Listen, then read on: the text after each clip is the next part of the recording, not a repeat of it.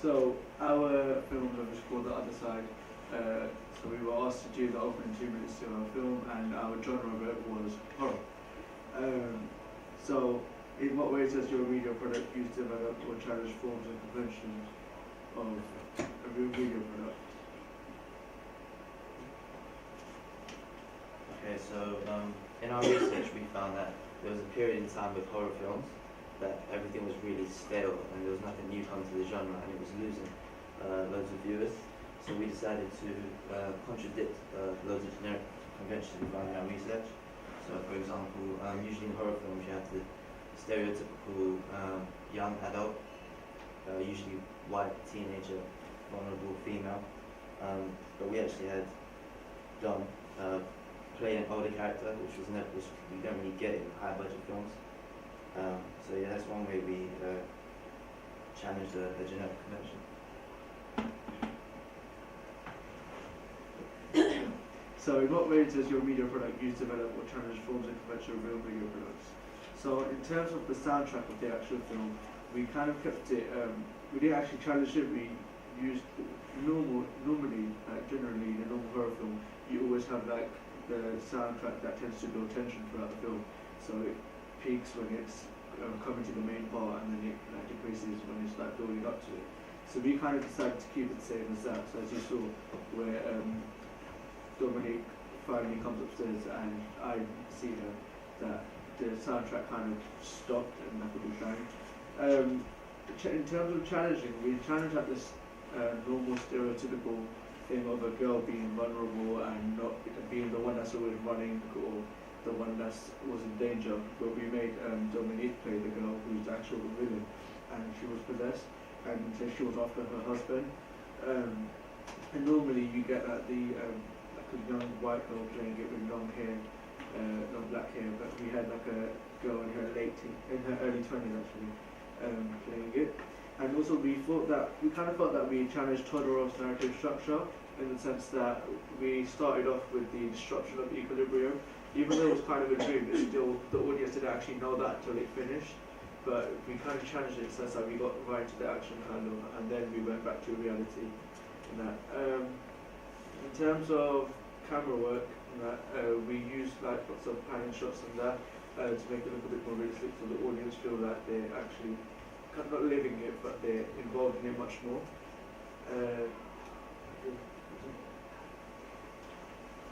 How did we address our audience?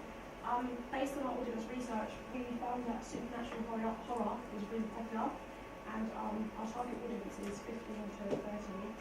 And we attracted our audience by advertising, like trailers on TV. We found that our audience watch TV around Watershed, and that's when our trailer would be like allowed to be played. And also,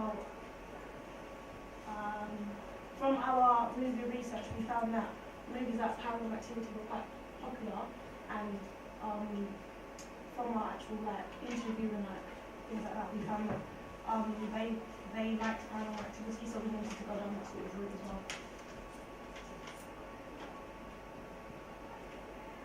Okay, what type of media institution will distribute your product and why? So we were debating whether to go with an independent company and bring something new to that company, but in the end we decided to go with a high budget company due to the funding that would be important for our promotion. So we decided to go with Paramount Pictures because they have a history of successful high budget films. But at the same time, as I said, we didn't want to bring just another horror movie, so I think we successfully make it different by challenging conventions. Also, Paramount Pictures are known to be quite successful in terms of the standard of their films that they release. So we thought that they would keep the standard going to be quite a successful film, because they were really well known that they attract a large audience.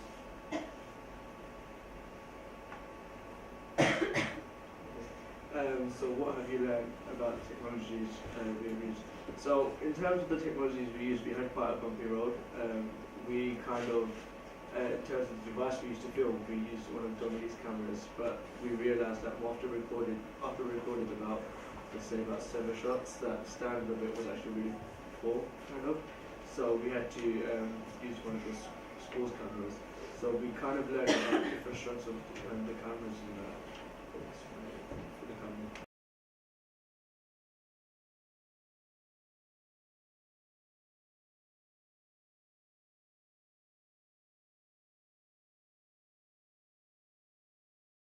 And we could also like add like special effects such as like the change in the colour to like show that it was a dream and like I woke up.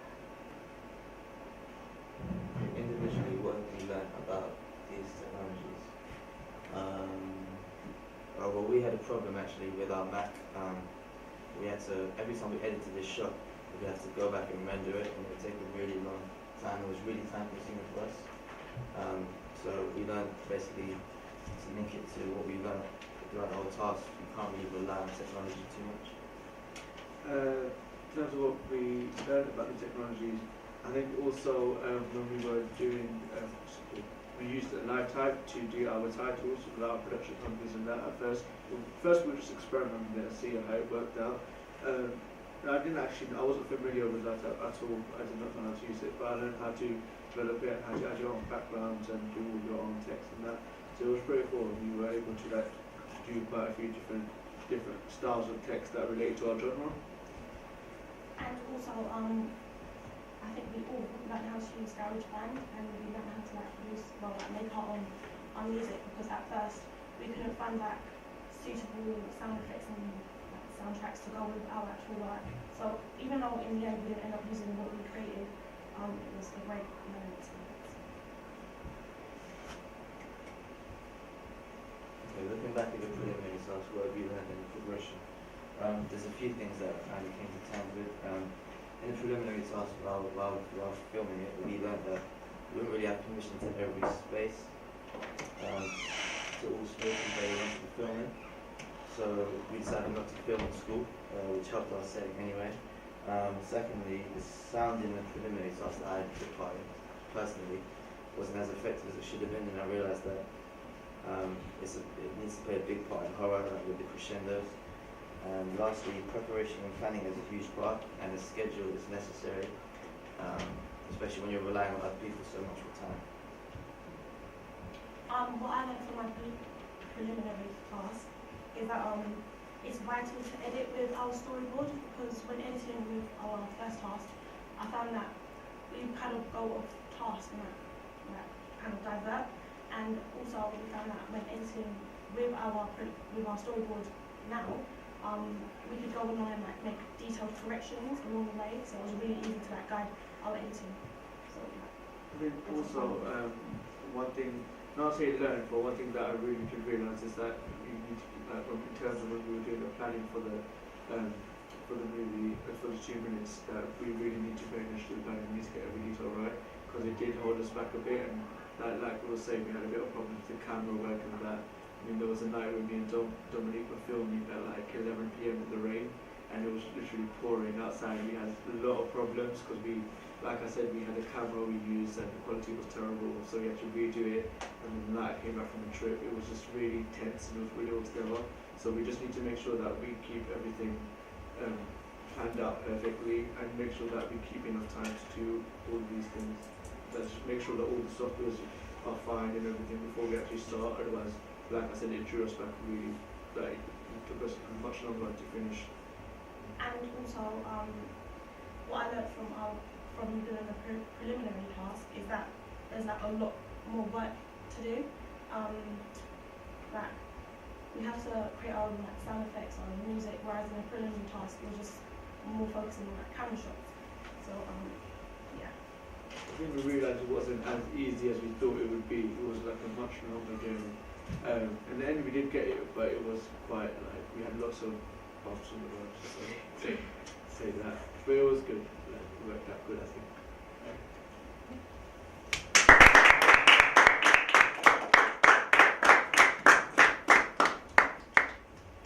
Which program did you, in the end, most enjoy using? When I say program, you know, bit iMovie, LiveType, Final Cut? Which is the one that you most got to grips with?